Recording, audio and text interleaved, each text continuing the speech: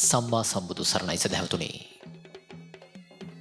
එදා මෙදා තුර ලොව පහළ වූ ශ්‍රේෂ්ඨතමෝත්තමයා බුදුපියාණන් වහන්සේ බවත්. බුද්ධ බලය ලොව ඇති සියලු බලයන් ඉක්මවා සිටින බවත් වටහාගෙන අපි බුද්ධ රත්නය කෙරෙහි සිත පහදවාගෙන කටයුතු කිරීම යහපත්.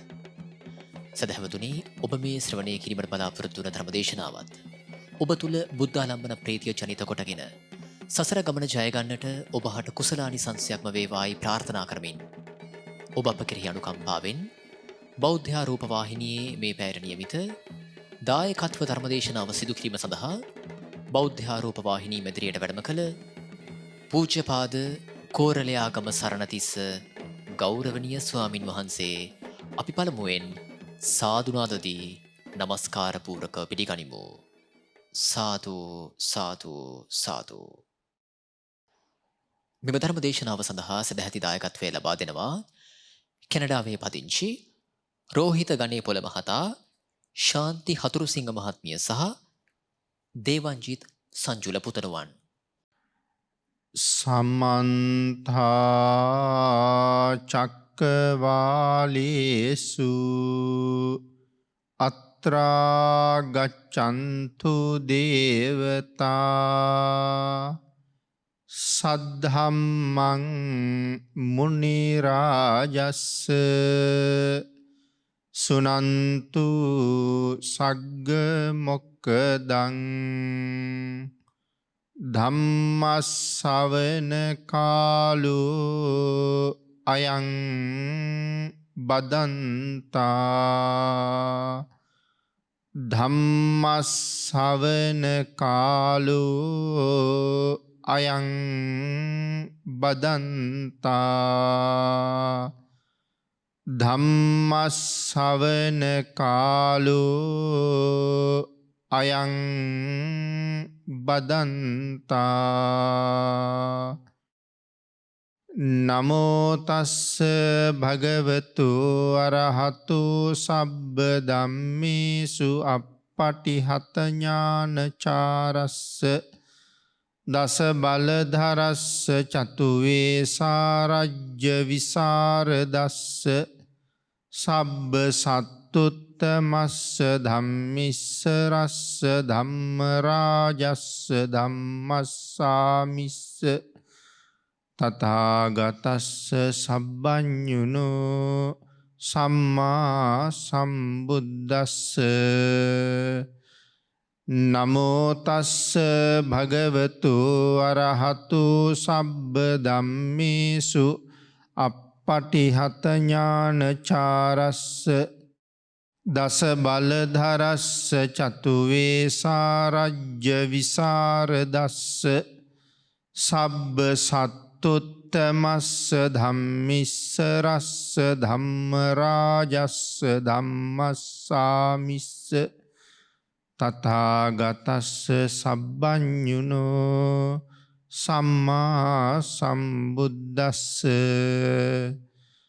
නමෝ තස්ස භගවතු අරහතු සබ්බ ධම්මේසු අප්පටිහත ඥානචාරස්ස දස බලධරස්ස චතුවේ සාරජ්‍ය විසරදස්ස සබ්බ සත්තුත්තමස්ස ධම්මිස්ස රස්ස ධම්ම රාජස්ස ධම්මස්සාමිස්ස තථාගතස්ස සබ්බඤුනෝ සම්මා සම්බුද්දස්ස.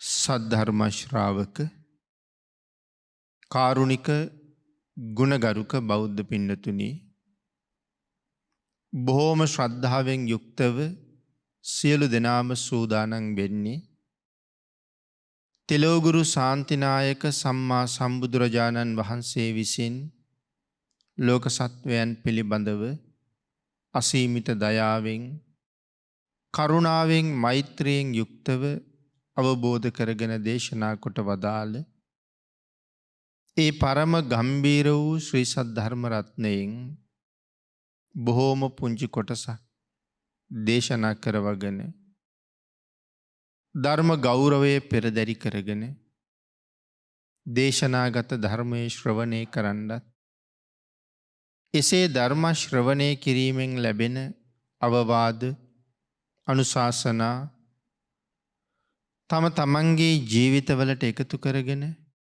වඩාත් නිවැරදි මෙලව ජීවිතයක් සකස් කර ගණ්ඩත් නිවැරදි වුණ මෙලව ජීවිතයක් තුළින් සුගතිගාමී වූ පරලොව ආයිති භවයකින් සැනසෙන්ඩත් අවසානයේ ප්‍රාර්ථනා කරන බෝධියෙන් සැප සහිත ප්‍රතිපදාවෙන් ඊ타ම ඉක්මන් භවයක උතුම් චතුරාර්ය සත්‍ය ධර්මය අවබෝධ කරගෙන මේ සංසාරයෙන් එතර වීමේ බලාපොරොත්තුවත් ඇතුව ඒ උතුම් බලාපොරොත්තු ප්‍රාර්ථනා එලෙසින්ම මුදුන්පත් කර ගැනීම සඳහා මේ උතුම් වූ ධර්ම දානානිසංසයත් ධර්ම ශ්‍රවණානිසංසයත් හේතු වේවා කියලා ප්‍රාර්ථනා කරමු. පින්නතුනේ අපි අද ධර්ම දේශනාව තුළින් සාකච්ඡා කරන්න බලාපොරොත්තු වෙන්නේ උතුම් වූ රතන සූත්‍ර දේශනාව ඇසුරු කරගෙන සිදු කරන 10 වෙනි ධර්ම දේශනාව. 9 වෙනි ධර්ම දේශනාව නිමා කරනකොට අපි සාකච්ඡා කරමින් හිටියේ මේ තථාගත කියන වචනයට තේරුම් 8ක් තියෙන බව. එහි පළවෙනි කාරණාව තමයි තථා ආගතෝති තථාගතෝ. අපි විස්තර කරමින් හිටියේ මේ කාරණාව. ඒ කාරණාව යටතේ අපි සාකච්ඡා කළා මහ බෝසතාණන් වහන්සේ නමක් නියත විවරණ ලබන වෙලාවේ අංග 8කින් සම්පූර්ණ වෙලා සිටිය යුතුයි කියන කාරණාව. තථා ආගතෝති තථාගතෝ කියලා කියන්නේ පෙර බුදුරජාණන් වහන්සේලා පැමිණි ලෙසින්ම අපේ භාග්‍යතුන් වහන්සේත් පැමිණි නිසා තථාගත නම් වනසේක කියන කාරණාව. එතකොට මේ අබිනීහාරය එහෙම නැත්නම් නියත විවරණය ලබන වෙලාවේ මේ කාරණා 8න් සමන්විත විය යුතුයි. මේන් එක කරුණක් හරි තාම සම්පූර්ණ කරන්න ඉතුරු වෙලා තියෙනවා නම් නියත විවරණයක් ලැබෙන්නේ නැහැ කියලායි සඳහන් කරන්නේ. එhmenan ඒ කාරණා 8 තමයි manussත්තං ලිංග සම්පත්තින් හේතු සත්තාර දස්සනං පබ්බජ්ජා ගුණ සම්පatti අධිකාරෝච ඡන්දතා අට්ඨ ධම්ම සමෝදන්තා අබිනීහාරෝ සමිජ්ජති. manussත්තං ලිංග සම්පත්තින් මනුෂ්‍ය ආත්ම භාවයක් ලබලා තියෙන්න ඕනේ. දෙවියෙකුට බ්‍රහ්මයෙකුට යක්ෂයෙකුට මාරයෙකුට මේ කාටවත් ලෞතර බුදු බව ලබන්න බෑ. ඒ විතරක් නෙමෙයි.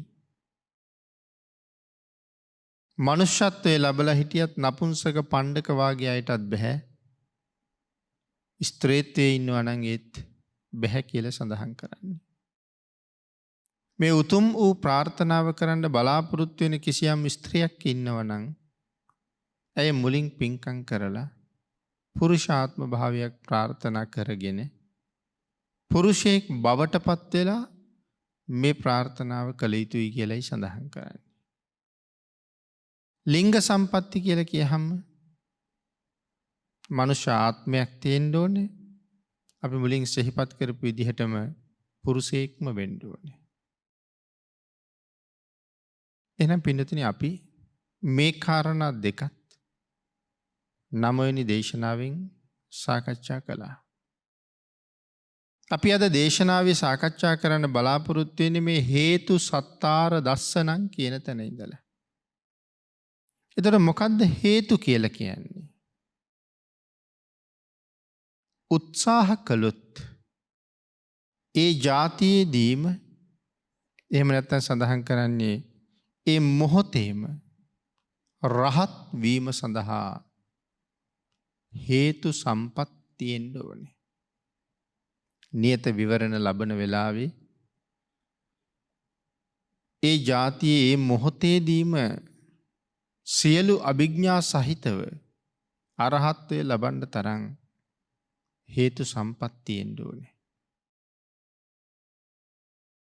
අපේ මහබෝසතාණන් වහන්සේ නියත විවරණ ලැබුයි දීපංකර පාදමූලයේ. එදා දීපංකර බුදුරජාණන් වහන්සේ 4 පද ගාථාවක මුල් පද 2 දේශනා කරලා 3 වෙනි පදයේ දේශනා කරන්න කලින් සියලු අභිඥා සහිතව රහත් වෙන්න තරම් සුමේධ තාපසතුමාට පිං තිබ්බා. එහෙනම් සුමේධ තාපසතුමා රහත් නුනේ ඇයි? පිනතුනි සුමේධ තාපසතුමා රහත් නුනේ ඔබ නිසා. මම නිසා. සුමේධ තාපසතුමා එදා රහත් වුණා නම් ඔබටයි මටයි මේ බණපද ටික කියලා දෙන්න දහමක් දේශනා කරන්නේ කවුද? සතර අපාය කොයිතරම් භයානකද? මේ කාරණාව අපිට පැහැදිලි කරලා දෙන්න අවස්ථාව ලැබෙන්නේ කොහොමද? ආන් ඒක නිසයි මම සඳහන් කළේ සුමේධ තාපසතුමා එදා රහත් වුණේ නැත්තේ ඔබ හින්දා අපි හින්දා කියලා. අතට ලැබිච්ච නිවන අත්හැරලා ලෞතුරා බුදු බව වෙනුවෙන් පාරමිතා පුරන්න තීරණය කරපු මහබෝසතාණන් වහන්සේ මේ ලෝකෙ කොයි තරම් ශ්‍රේෂ්ඨද? කෝටි කීයක අපාය දොර වැහුවද? කොයි තරම් ප්‍රමාණයකට සුගතියේ දොර ඇරියද? තමන්ගේ නිවන අත්හැරලා ලෝක සත්වයා වෙනුවෙන් කරපු කැපකිරීම. දෙමනම් මෙතන සඳහන් කළා 4 පද ගාථාවක මුල් පද 2 දේශනා කරලා 3 වෙනි බණපදයේ දේශනා කරන්න කලින් අරහත්ත්වය ලබනවා නම් එහෙම පුළුවන් වෙන්න වාග්යක් තියෙන්න ඕනේ. යම් බෝසතාණන් වහන්සේ නමක් ඒ විදිහට අරහත්ත්වයට ළඟා වෙනවා නම් ආන් ඒ බෝසතාණන් වහන්සේ හඳුන්වන්නේ ප්‍රඥාධික බෝධිසත්වයෙක් කියලා. තවත් බෝසතාණන් වහන්සේ නමකට නියත විවරණ ලබන වෙලාවේ බණපද 3ක් දේශනා කරලා 4 වෙනි පදයේ දේශනා කරන්න කලින් සියලු අභිඥා සහිතව රහත් වෙනවා නම් උන්වහන්සේට කියන්නේ ශ්‍රද්ධාධික බෝධිසත්වයෙක් කියලා. ඊළඟට පින්නතුනි බුදුරජාණන් වහන්සේ 4 පදයේම දේශනා කරලා ඉවර වෙනකොට සියලු අභිඥා සහිතව රහත් වෙනවා නම් උන්වහන්සේට කියන්නේ වීර්‍යාධිකයි කියලා. ශ්‍රද්ධාධික නැත්නම් ප්‍රඥාධික, ශ්‍රද්ධාධික, වීර්‍යාධික. බෝසතාණන් වහන්සේලා 3 වගේම බුදුරජාණන් වහන්සේලා නමත් 3. බුදුරජාණන් වහන්සේලා 3. ඒ කියන්නේ ප්‍රඥාධික බුදුවරු, ශ්‍රද්ධාධික බුදුවරු, වීර්‍යාධික බුදුවරු. එවන් බුදුවරු අතර අපේ බුදුරජාණන් වහන්සේ ප්‍රඥාධික බුදු කෙනෙක්. පින්නතුනි නියත විවරණය ලැබලා දීලා මේ හේතු කියන කාරණාව උත්සාහ කළොත්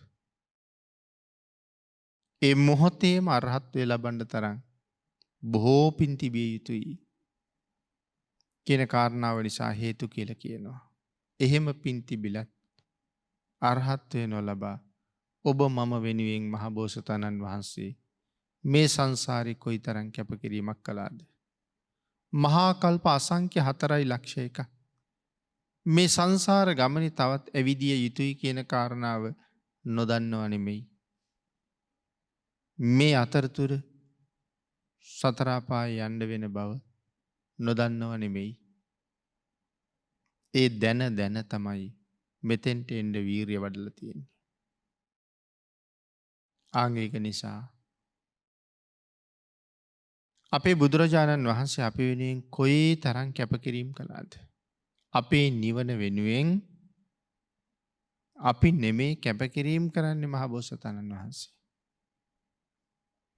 ඒ තරම් කැපකිරීම් කරමින් ඒ මග ආපු නිසා තමයි හේතු සත්තාර දස්සනං කියලා කියන්නේ. එතන හේතු සත්තාර දස්සනං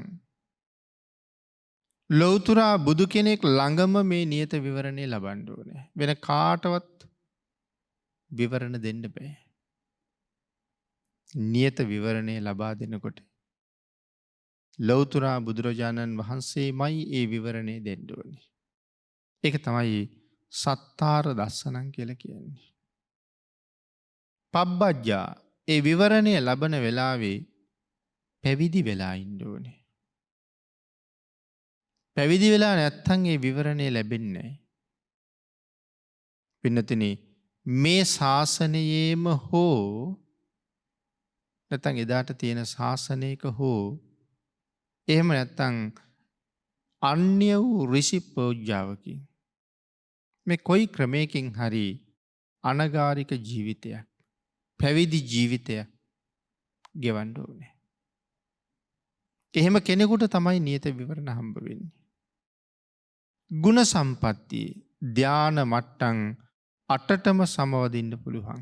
සියලු අභිඥා නොඑක් 이르දි පුබ්බේ නිවාසානුස්සති පරචිත්ත විජානන දිබ්බ චක්කු දිබ්බ සෝත ආදී මේ ඥානයන් දියුණු වෙලා තියෙන්න ඕනේ. නියත විවරණ ලබන වෙලාවේ. ඊළඟ සඳහන් කරනවා අධිකාරෝ ශාසනය හෝ භාග්‍යතුන් වහන්සේ වෙනුවෙන් මහත් පූජාවක් කරන්න ඕන කියලා. විවරණ දෙන වෙලාවේ ඒ සම්මා සම්බුද්ධ ශාසනය වෙනුවෙන් හෝ පෞද්ගලිකව භාග්‍යතුන් වහන්සේ වෙනුවෙන් මහා පූජාවක් කළ යුතුයි. පින්නතින එහෙම සඳහන් කරාම අපේ සුමේද තාපසතුමා මොන වාගේ පූජාවක්ද කළේ මේ ගුණ සම්පatti එහෙම නැත්නම් අධිකාරෝ කියන කාරණාව සම්පූර්ණ කරගන්න. භාග්‍යතුන් වහන්සේ ඇතුළු බුද්ධ ප්‍රමුඛ මහා සංඝරත්නය වෙනුවෙන් ජීවිත පූජාවක් කළා. කොහොමද මේ පූජාව සිදු කරපු හැටි විස්තර කරලා තියෙන්නේ? සුමේද තාපසතුමා අහසින් යන වෙලාවේ රඹගම් නුවරට දානෙට වඩින්න බුදුරජාණන් වහන්සේට පාර හදනවා දැකලා පාරෙන් ටිකක් නිමා කරන්න තමන්ටත් අවසර ඉල්ලගෙන පාර මැද තිබිච්ච මහ මඩවලක් ගොඩ කරමින් ඉන්න අතරතුර තමයි බුදුරජාණන් වහන්සේ වඩින්නේ. වල ගොඩ වෙලා නැහැ. නමුත් භාග්‍යතුන් වහන්සේ වඩිනවා. කළ යුතු දෙයක් නැහැ. ආන් ඒක නිසා අද මම මේ මහා පුරුෂයාට මගේ ජීවිතේ පූජා කරනවා කියලා මහ පුදුම ප්‍රීතියක් ඇති වෙනවා දැක්කම. භාග්‍යතුන් වහන්සේ දැකලා ප්‍රීති ප්‍රමෝදයට පත් වෙලා අර මඩවලේ දිගෑරිලා අදිෂ්ඨාන කරනවා ලෞතුරා සම්මා සම්බුද්ධත්වයේ වෙනුවෙන් බුද්ධ ප්‍රමුඛ මහා සංඝරත්නයට මාගේ ජීවිතය පූජා වේවා කියලා. ආන්ගේ කාරණාවට තමයි පින්නතුනි අධිකාරෝ කියලා කියන්නේ. මේ ශාසනය වෙනුවෙන් මහ කැපකිරීමක් කළා. ඊළඟට සඳහන් කළා ඡන්දතා. ඡන්දතා කියලා කියන්නේ මේ අතේ තියෙන නිවන අතහැරලා මහා කල්ප අසංඛ්‍ය ගණන් දුක් විඳින්න කැමැත්තක් තියෙන්න ඕනේ. දැන් පින්නතේ සඳහන් කළානේ බණපද දෙකක් අහලා තුන්වෙනි බණපදයේ අහන්න කලින් සියලු අභිඥා සහිතව රහත් වෙන්න පින් තියෙන කෙනෙක් වෙන්න ඕනේ කියලා. එතකොට මෙතන සඳහන් කළා ඡන්දතා අතේ තියෙන නිවන අත්හරින්න පුළුවන් වෙන්න ඕනේ. බණපද දෙකක් අහලා රහත් වෙන්න පුළුවන් කියලා කියන්නේ නිවන අත ළඟයි. ආන්ගේ කැමැත්තත් හරින්න කියලා කියන්නේ. තමන් තනියම නිවන් දකින කැමැත්ත අත්හැරලා ලෝක සත්වයා වෙනුවෙන් කැප වෙන්න ඕන කියන එක. ඒකයි මේ සඳහන් කළේ මහා කල්ප අසංඛ්‍ය ගණන් නිරේ පැහින්න වුණත් කැමැත්තක් තියෙන්න ඕනේ. පාරමිතා සියල්ලම පුරලා ඉවර වුණාට පස්සේ නැවත කිව්වොත් මේ පාරමිතාව සම්පූර්ණ කරගන්න නම් තවත් මහා කල්ප අසංඛ්‍යයක් නිරේ ඉඳලා එන්න ඕනේ කියලා කිව්වොත් එක පයින් හා කියන්න තරම් ඡන්දතාවයක් තියෙන්න ඕනේ. ඊළඟට සඳහන් කළා පින්නතුනි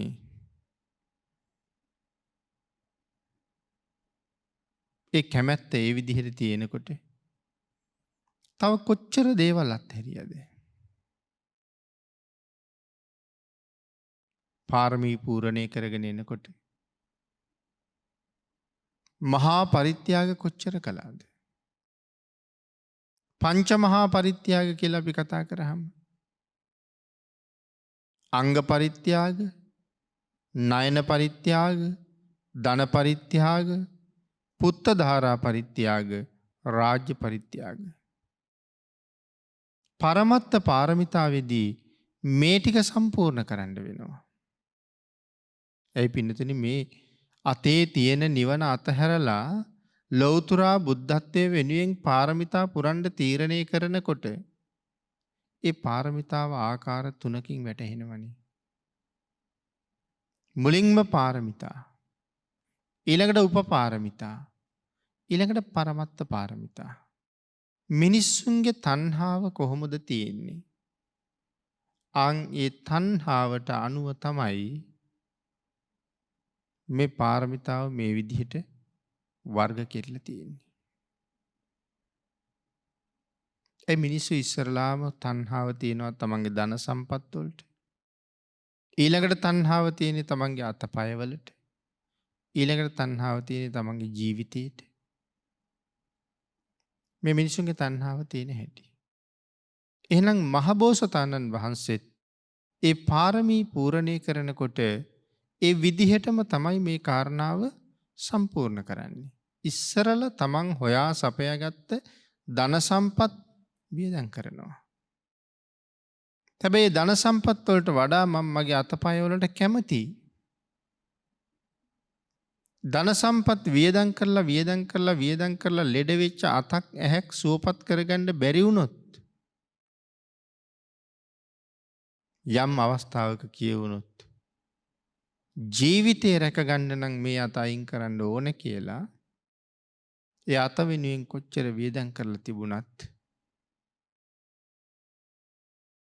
අපිට සිද්ධ වෙනවා ඒ අත අයින් කරන්න.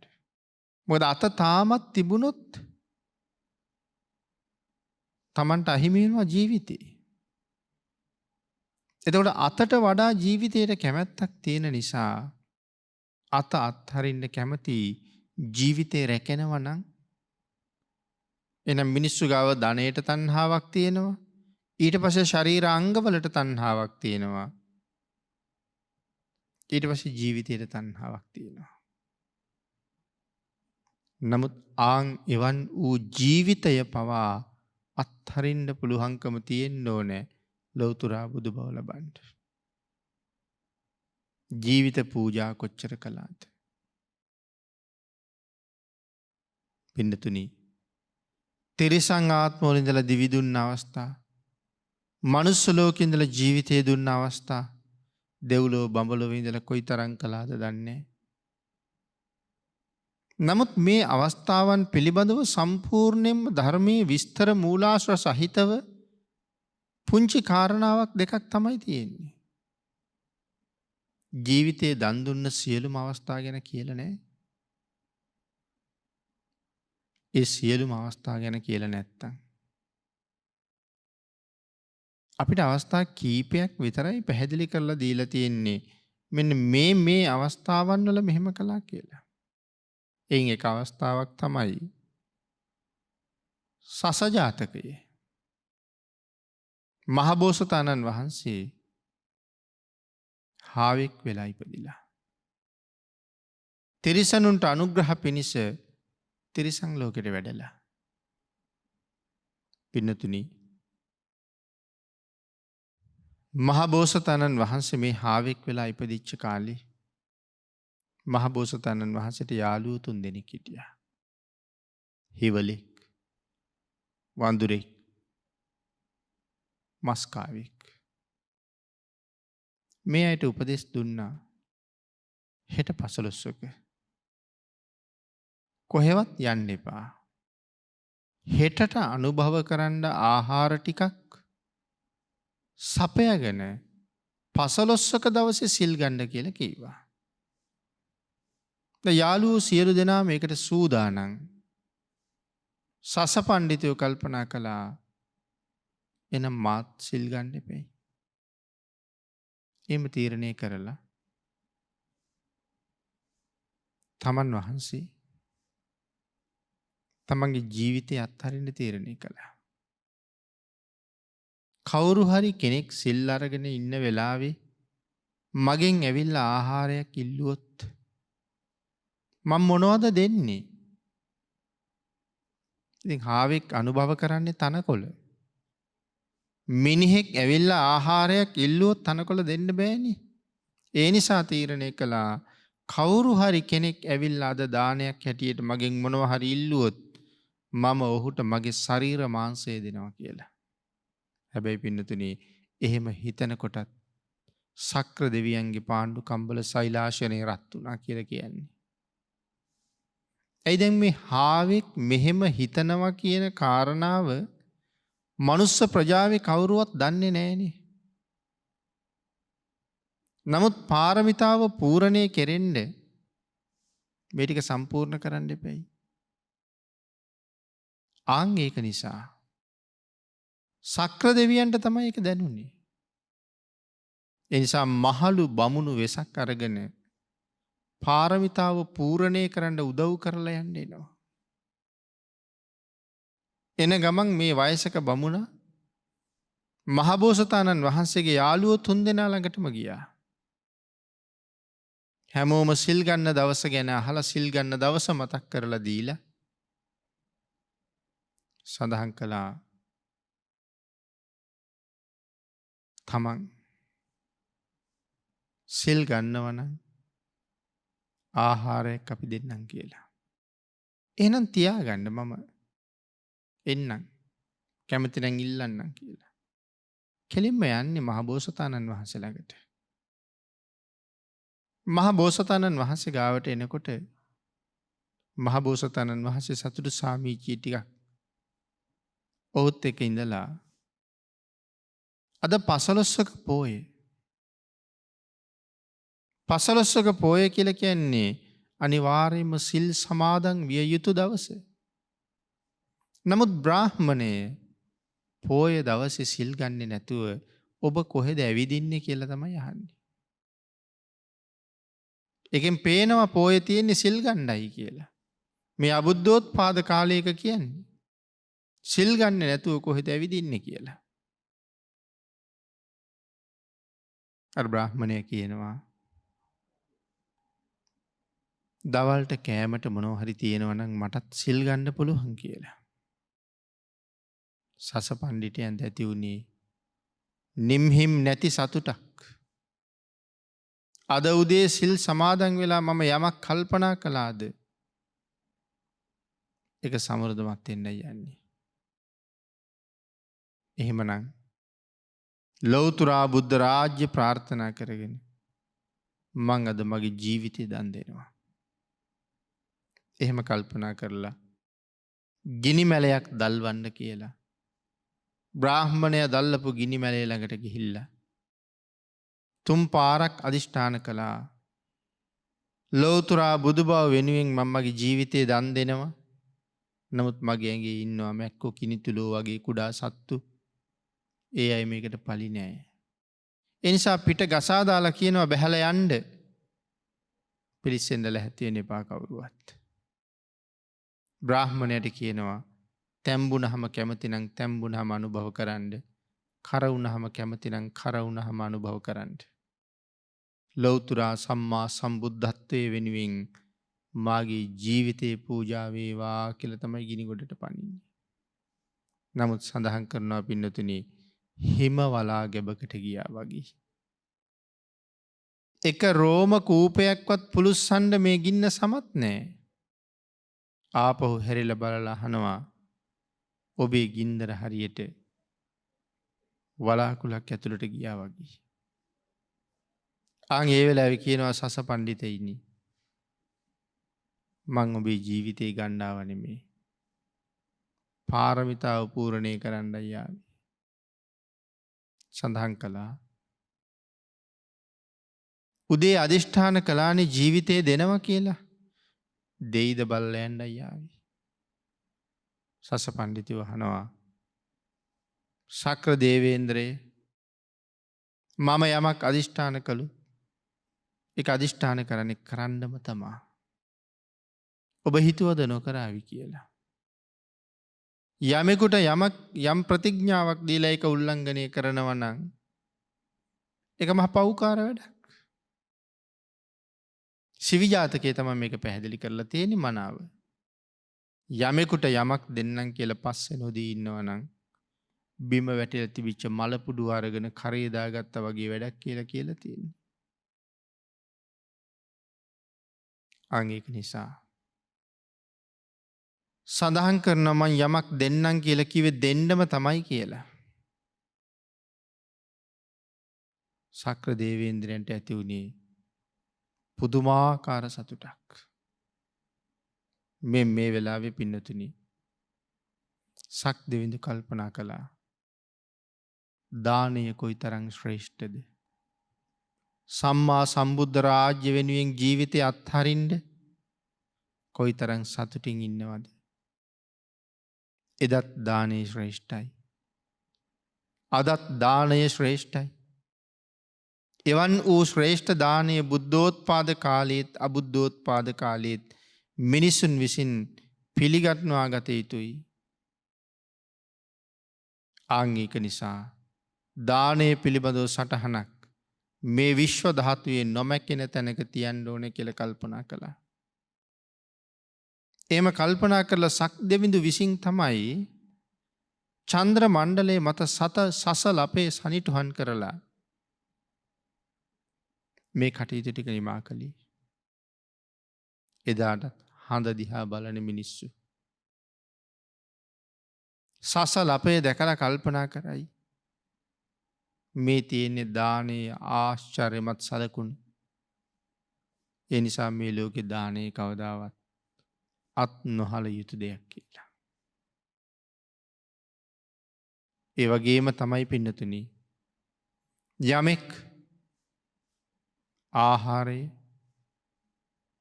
දන් දෙන්න සූදානම් වෙනවනම් ඒ ආහාරය වෙනුවෙන් තමන්ගේ ජීවිතය වුණත් දන් දෙන්න සූදානම් වෙනවනම් මේ කරුණු අපේ ධර්මයේ ටිකයි පෙන්නලා තියෙන්නේ. ජීවිතයේ දන් දුන්න අවස්ථා බොහොම සුළු ප්‍රමාණයයි සඳහන් කරන්නේ. ඇයි ඒ කොටස් අඩු කරලා තියෙන්නේ? කවුද ඒව අඩු කළේ? භාග්‍යතුන් වහන්සේමයි. මොකද මේ සියලු කරුණු දක්වලා නැහැ මේ ත්‍රිපිටකයේ තියෙන ඔබට මට ශ්‍රද්ධාව ඇති කරගෙන නිවනට යන්න පුළුවන් ක්‍රමයක්. ආන් ඒක නිසා මේ ධර්මයේ මනාව පරිශීලනය කරන පරිහරණය කරන කෙනා වහවහ උතුම් නිර්වාණය කරා යොමු වෙනවා. ඒ නිසා අපිට නිවන් දකින්න අවශ්‍ය කොටස විතරයි භාග්‍යතුන් වහන්සේ මේ පිටකයට සංග්‍රහ කරලා තියෙන්නේ. එහෙමනම් සසලපේ මත නැත්නම් සඳ මඩල මත තියෙන සසලපේ අපිට කියන්නේ දානීය ශ්‍රේෂ්ඨත්වය. කවදාවත් දානය අත්හරින්න එපා කියලා කියන්නේ. ආන් ඒක නිසා පින්නතුනි මේ දානය නිවන් මාගේ අනුපූර්ව ප්‍රතිපදාවේ පළවෙනි අංගය බවට පත් වෙනවා. නිවන් මාගේ පළවෙනි අංගය බවට දානය පත් වෙනවා. ඒ නිසා කවදාවත් දානය අත්හැරලා මේ ගමන යන්න පුළුවන් කමක් නැහැ. දානය අත්හැරලා යන්න බෑ. දානයත් එක්කම තමයි යන්න වෙන්නේ. එතකොට මේ සසලපය සඳ මඩල මත සිත්තම් කළේ දානී අසිරිය කියා පාණ්ඩයි. නමුත් සඳ මඩල මත සසල අපයක් තියෙනවා කියන කාරණාව බොහෝ දෙනාට සැක සහිත සහ එක එක කරුණු දක්වන්ඩ හේතුවක් වෙන්න පුළුවන්. ශ්‍රීමක ධාතුවෙන් දේශනා කොට වදාළේ. ඒ නිසා කිසිම තර්කයක් විතර්කයක් නැහැ. භාග්‍යතුන් වහන්සේමයි දේශනා කළේ. මොකද්ද භාග්‍යතුන් වහන්සේම දේශනා කළේ? දානීය කොයිතරම් ශ්‍රේෂ්ඨද? ඒ වගේම පින්නතුනි සඳ මඩල බොහෝ අය සඳහන් කළා හඳ තරණය කළා කියලා. අපි දන්නේ. නමුත් බුදුරජාණන් වහන්සේ දේශනා කළේ චන්ද්‍ර මණ්ඩලයේ රිදී කියලා. චන්ද්‍ර මණ්ඩලයේ අභ්‍යන්තරයේ මැණික් වලින් පිරීලා තියෙනවා කියලා. රිදී සහ මැණික්. රිදී වලින් සහ මැණික් වලින් ගලන ආලෝකය තමයි මේ පැතිරිලා එන්නේ.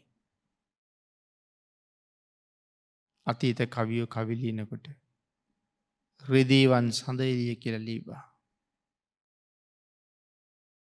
යථාර්ථයේ යම්සේකින් වැටහුණු නිසා විය හැකියි. රිදී සහ මැණික් සීතලයි. ඒක නිසා විය හැකියි. හඳ එළිය රාත්‍රියට හිටියහම සෙම බහුල අයට සෙම වැඩි වෙනවා. හුඟක් සෙම බහුල අයට හඳ කාලෙට සෙම වැඩි වෙනවා. එමේ සිසිල් ගතිය නිසා. ඉතින් එහෙමනම් ජීවිතයේ දන් දුන්න අවස්ථා බොහොමයක් තියෙනවා. ඒ වගේම පුත්ත ධාරා පරිත්‍යාග. ඒවා ඔක්කොම අයිති වෙන්නේ උපපාරමිතා ගණයට. ජීවිත පරිත්‍යාගය තමයි පරමත්ත පාරමිතාවට අයිති වෙන්නේ. රජ්ජුරුවෝ දන් දෙනකොට අඹුව දුන්න, දරුවෝ දන් දුන්න. අපේ පිටකේ අන්තර්ගත වෙන්නේ වෙස්සන්තර රජ්ජුරුවෝ දරුවෝ දන් දීපු තැන. නමුත් පින්නතුනි සඳහන් කරනවා භාග්‍යතුන් වහන්සේම අවස්ථාවක සඳහන් කරනවා ලෞතුරා බුදු බව වෙනුවෙන්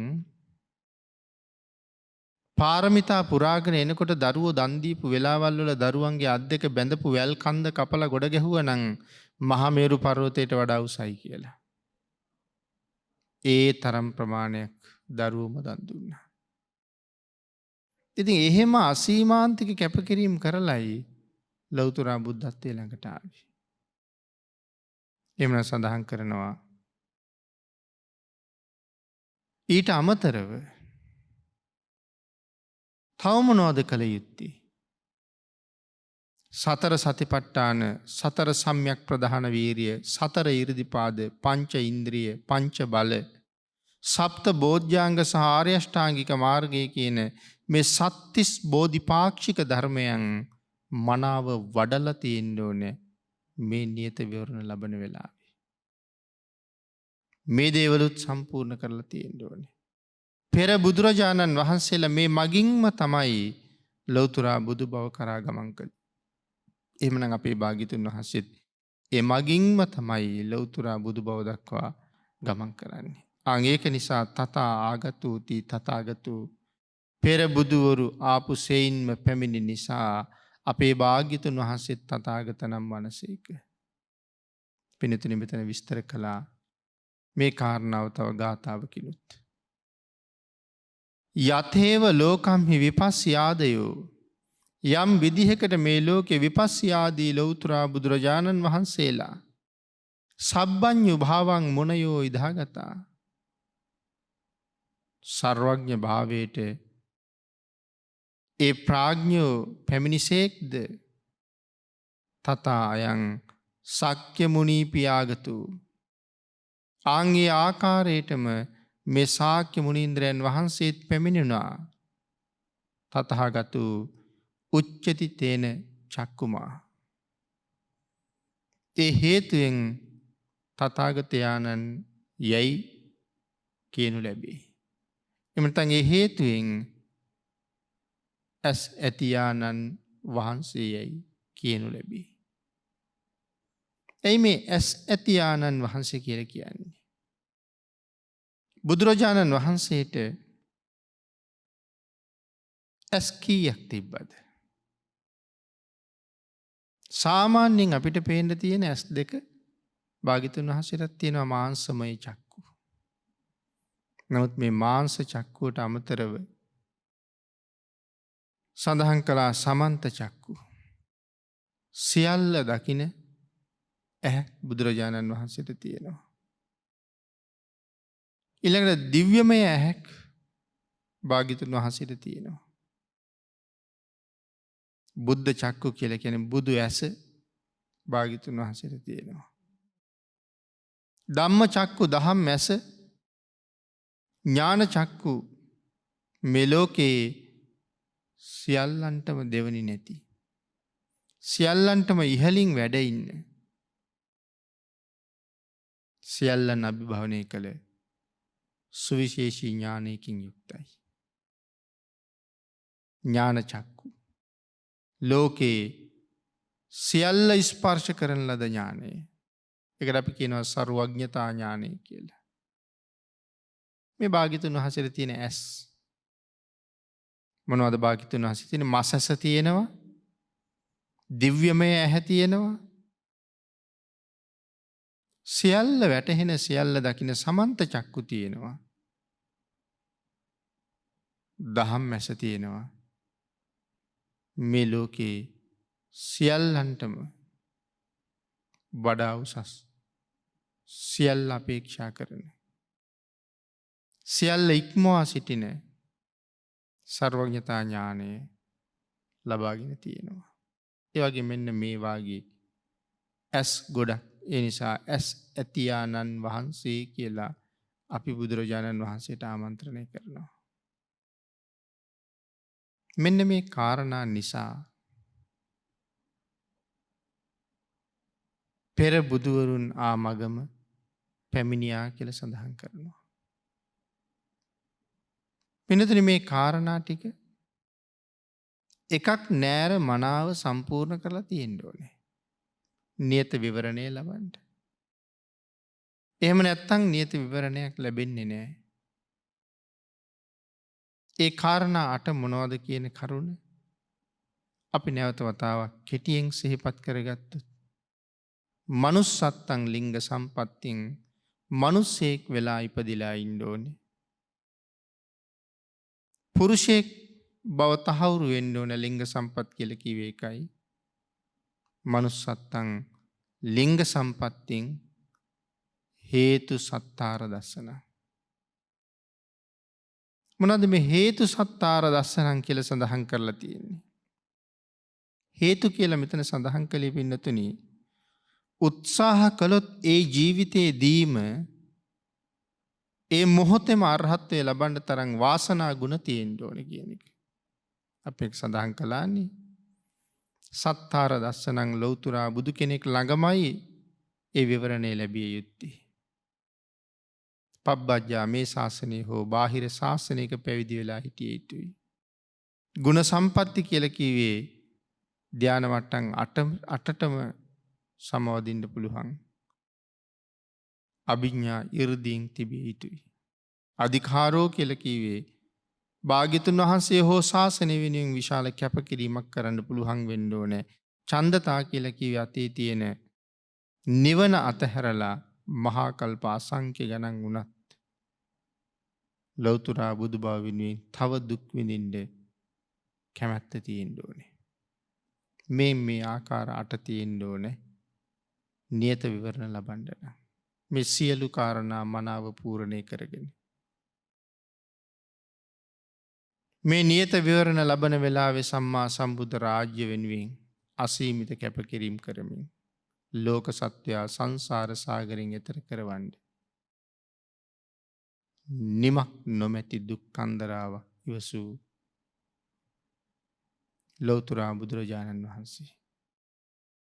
ඔබ වෙනුවෙන් මම වෙනුවෙන් කොයි තරං අනුකම්පාවෙන් කැපකිරීම් කළාද.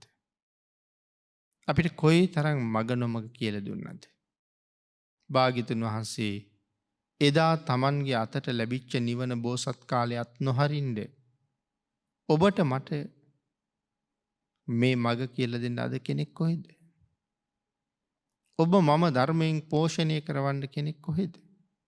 ලෝකෙ අතාර්ථය කියල දීලා සතරපායෙන් මුදවලා සුගතියෙන් සුගතියට යොමු කරලා අමා මහන් නිවනින් සැනසීම දක්වාම මේ සංසාරය අතරමං වෙන්න නොදී අපේ ළඟින්ම ඉඳගෙන සසරින් එතර කරවන මහා පුරුෂෝත්තම රතනයටයි සම්මා සම්බුද්ධ කියල කියන්නේ. එවන් වූ ලෞතුරා බුදුරජාණන් වහන්සේ වෙනුවෙන් එදත් අදත් යම් කෙනෙක් මහත් වූ පූජාවක් හිත පිහිටවගෙන කරනවද මනාව හිත පිහිටලා නං පින්නතුනි පූජාවන මේ වටින්නේ. ඒ වෙනුවෙන් පිහිටෝ පිහිට. ශ්‍රද්ධාව පෙරදැරි කරගත්ත. ඒ වෙනුවෙන් පිහිටවපු මනා හිතක් ඇතුව යම් කෙනෙක් කටයුතු කරනවා නං. ආං ඒ හිත කොහොමද සැකසිලා තියෙන්නේ ඊට අනුව කුසලය මහත් පලයි. ඊට අනුව කුසලය මහත් පලයි. එවන් භාගිතුන් වහන්සේ උදෙසා අල්ප ස්වල්ප වූ දෙයක්ද පූජා කරන්නේ. ඒ හැම දෙයක්ම අපට අසීමාන්තික ආනිසංස ගෙනල්ල දෙනවා. හැම පූජාවක්ම. හැබැයි මොකක්ද අවශ්‍යයි? අපි ගාව ශ්‍රද්ධාව අවශ්‍යයි. අපි ගාව සීලේ තියෙනවා නම් ඒ ආනිසංසයේ තවත් මහත් පලයි මහානිසංසයි. එනම් සිල් ගුණ ඇතුව මෙවන් ගුණ දරණ සම්මා සම්බුදුරජාණන් වහන්සේ උදෙසා එදා වගේම අදත් පූජාවක් කරලා මහත් පල කුසල් ලබන්ඩ පුළුවන් කියන කාරණාව බුදුරජාණන් වහන්සේ මහා පරිනිර්වාණ සූත්‍රයේ ඉතාම පැහැදිලිව දේශනා කළා. හිත සම කරගන්න ඕනේ කියලා. තිට්ඨන්තේ නිබ්බුතේ චාපි සමේ චිත්තේ සමං පලං. යමෙකුට පුළුවන් නම් හිත සම කරන්න. ඒ කියන්නේ ජීවමාන බුදුරජාණන් වහන්සේ මා ඉදිරිපිට වැඩ ඉන්නවා කියලා හිතාගෙන. එහෙම වුණොත් කොහොමද මම කටයුතු කරන්නේ කියන චේතනාවට ගිහිල්ලා එහෙම වුණොත් කටයුතු කරන විදිහටම අදත් භාග්‍යතුන් වහන්සේ වෙනුවෙන් විහාර මන්දිරය ඇතුළේ වේවා බෝමළුවේ සෑමළුවේ වේවා කැපකිරීම කරන්න පුළුවන්. ජීවමානයි භාග්‍යතුන් වහන්සේ කියලා හිතාගෙන ලැබෙන කුසලයාගේ ප්‍රමාණය මෙතෙකයි කියලා සීමාවක් කරන්න බෑ. අන් ඒ නිසා පින්නතුනි තාම මේ ලෝකේ අපි අසරණ නෑ. අපිට ඕන තරම් නිවන් මඟ විවෘත කරගන්න ඉඩ තියෙනවා. අවශ්‍ය කැපකිරීම විතරයි. ආන් ඒ කැපකිරීම මනාව සම්පූර්ණ කරලා ඔබට ලැබිච්ච ශ්‍රේෂ්ඨ මනුස්ස ජීවිතේ වර්ණවත් කරගන්න. අර්ථවත් කරගන්න. ඔබම වෙහෙසිය යුතුයි. තමන්ගේ නිවන තමන් ළඟමයි තියෙන්නේ. තමන්ගේ සැනසීම තමන් ළඟමයි තියෙන්නේ. ඒ නිසා ඒ කැපකිරීම කරමින් ඒ ප්‍රයෝජනය අරගෙන ශ්‍රේෂ්ඨ මනුස්ස ජීවිතයක් වටිනා රටක ලබාගත් අපි ඒ සඳහා සසර බොහොම පින් කළා. මොකද මනුස්ස ජීවිතයක් ලබන්න පෙර පින් ගොඩක් වේදම් කළා. බුද්ධාන්තරයක උපදින්න භාග්‍ය මොන කුසල මහිමයක් නිසාද ලැබුණේ? ලංකාව වගේ රටක උපදින්න අසීමාන්තිකව පින් කළා. මොකද මේ කෝටි ලක්ෂයක් සක්වලේ තියෙන ශ්‍රේෂ්ඨතම දිවයින හැටියට තමයි ඔබේ මගේ මව්බිම පිළිබඳව දකින්න තියෙන්නේ. ඒකට හේතු කොච්චර තියෙනවද? බුදුරජාණන් වහන්සේගේ කරුණාව මේ රටට ලැබුණ තරම් මේ කෝටි ලක්ෂයක් සක්වලක වෙන මොන රටටද ලැබිලා තියෙන්නේ? ඒ තරම් වාසනාවන්ත රටක්. නමුත් බුදුරජාණන් වහන්සේගේ සරණ ලැබෙන්නේ 100%ක්ම කීකරු ශ්‍රාවකයන්ට විතරයි. පාසල් ගියහම ශිෂ්‍යයාට ගුරුවරයා සලකන්නේ ශිෂ්‍යයාට පවරපු වැඩ වලින් 100%ක්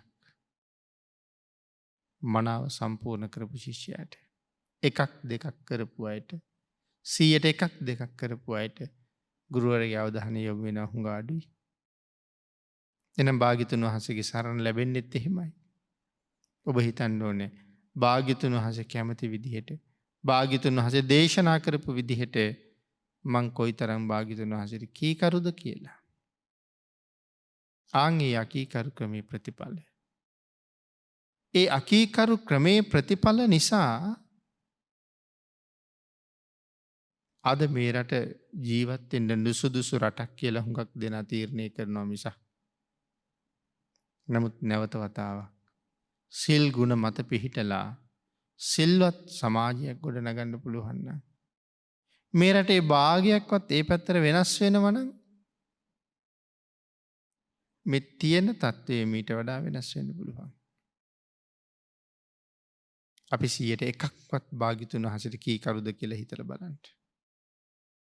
හිතලා බලලා ඒ කීකරුකම ඇති කරගෙන ශ්‍රාවක බව තහවුරු කරගන්න එදාට ඔබට බොහෝම සතුටින් ඇස් දෙක පියාගන්න පුළුවන්. එහෙමනම් පින්නතුනි මෙලව ජීවිතය සුවපත් කරගෙන පරලෝ ජීවිතය සුගතිගාමී කරගෙන ප්‍රාර්ථනා කරන බෝධියෙන් අමා මහ නිවනින් සැනසීම ලබා ගැනීම සඳහාම භාග්‍යතුන් වහන්සේට කීකරු වෙලා කටයුතු කරන්න හැම වෙලාවකම උත්සාහ කරන්න. එදාට ඔබ මෙලොව පරලෝ දෙකම දිනලා සසරත් දිනන්න වාසනාවන්තයෙක් බවට පත් වෙනවා. ඒ සඳහා මේ උතුම් ධර්ම දානානිසංසයත් රත්නත්‍රයේ ආශිර්වාදයත් ඔබ සියලු දෙනාටම හේතු වේවා කියලා ප්‍රාර්ථනා කරනවා. පින්නතුනි අද මේ ධර්ම දේශනාවේ දායකත්වයේ දරන්නේ කැනඩාවේ පදිංචි රෝහිත ගණේපොළ මහත්මයා, ශාන්ති හතුරුසිංහ මහත්මිය සහ දේවන්ජිත් සංජුල පුතණුවන් විසින් උතුම් අරමුණ හැටියට සිහිපත් කරනවා.